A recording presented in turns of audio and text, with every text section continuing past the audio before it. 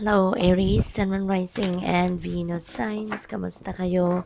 Sana po nasa mabuti kayong kalagayan. Welcome back po sa Star Tarot. At kung bago kayo rito, welcome din po kayo. Please subscribe, like, share my videos, and leave me a comment kung nakaresonate po kayo. Thank you. Tignan natin kung ano yung mga messages ni Aries. First message po ninyo, we have the Tower. Tower is a change, no? Ano to, Aries? And this is a change na hindi ninyo kagustuhan, no? Hindi ito yung pagbabago na bigla na lang mangyayari, pagbabagong mag-unfold na lang sa buhay mo na hindi mo ginawa, no? Yung hindi mo to plinano, yung ganon, no? But because this is the universe's way of, changing your life, changing the course of your life, kasi kailangan na, no? Divine timing has come for this area of life, no? Na magbago.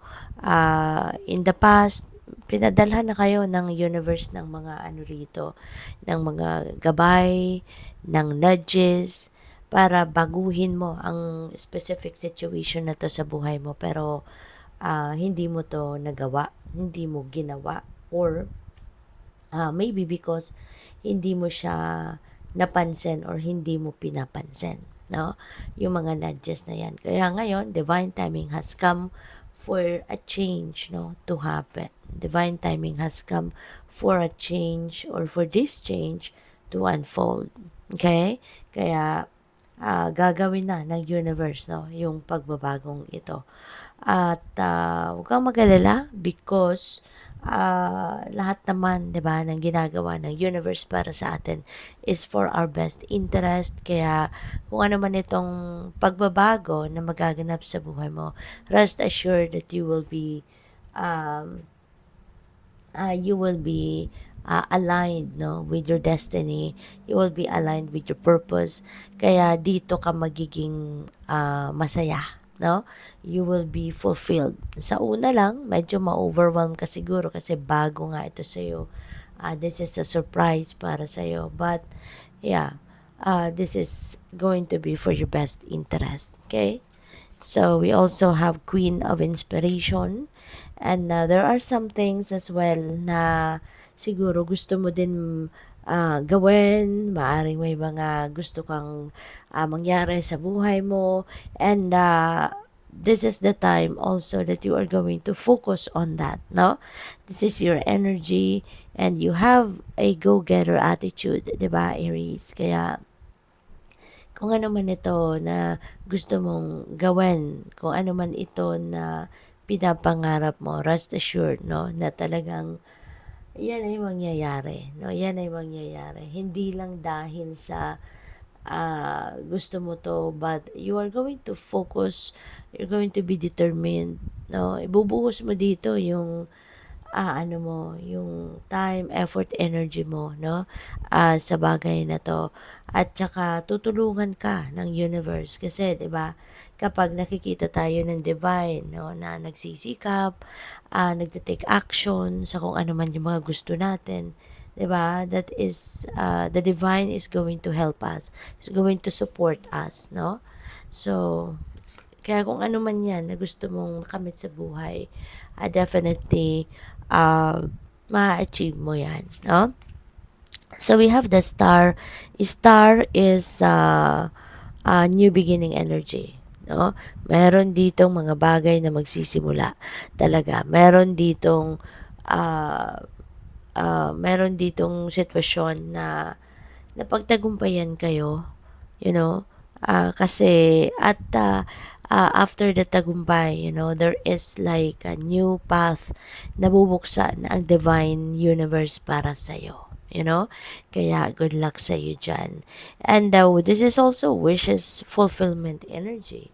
So, maaaring meron kayong mga wish or wishes na magka-come to fruition, no? So, kaya good luck sa iyo. So, tignan natin kung ano pa yung mga messages para sa iyo, Aries. And by the way, Aries, no, kung ang mga mensahe dito hindi nagre-resonate sa'yo or yung reading na to doesn't resonate with you at all, please check, no, your rising, your moon, and Venus signs kasi baka doon mag-resonate kayo. Okay? Kasi minsan sa sun sign, hindi magre-resonate sa'yo. Pero yung rising sign ninyo or moon sign ninyo or Venus, doon pala kayo makaka-resonate. So, we have the fire fairy, creative action and optimism. Ayan, feeling ko dito, talagang ito yung isa sa buhay ninyo. This is what you are really going to embody. Ito yung, ang tawag dito, ito yung gagawin talaga ninyo, no? Since we also have the Queen of Inspiration, you will be optimistic, no? About kung ano man itong gusto mong matupad sa buhay mo, ano man itong gustong mong mangyari sa buhay mo, you're going to be optimistic about that and you are definitely going to take a creative action, no? You're going to take a creative action para dyan, no? So, what else? We have death energy. This is really beautiful. See, talagang parang kino-confirm niya lang yung tower na there's definitely some change na mangyayari sa buhay mo. You know? And death energy is ending and beginning. No? So, there's something that is coming to an end. Tatapusin mo na kung ano man ang sitwasyon na yan or bagay na yan sa buhay mo because you are ready now to embrace something new. You are ready now to head towards a new path in your life, no?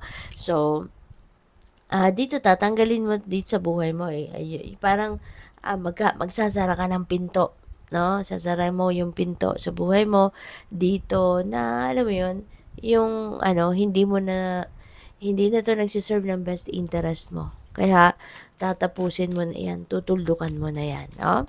So, what else? We have wealth. Ayan. So, meron tayong that energy.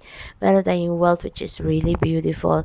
Yung wealth, kayamanan, di ba? So, pwede na meron dadating dito sa inyo na pwedeng windfall of money, pwedeng meron ditong pamana sa inyo, pwede rin na may magre-regalo sa iyo, 'di ba? Ng pwedeng property na pipick up ko for some of you. Baka merong magre-regalo sa inyo ng property or it could be baka meron kang return of investment dito na talagang malaki-laki, no? Huge amount of money, no? Ang maaaring dumating sa iyo. Kaya good luck po. Thank you for watching. Love and light. Namaste.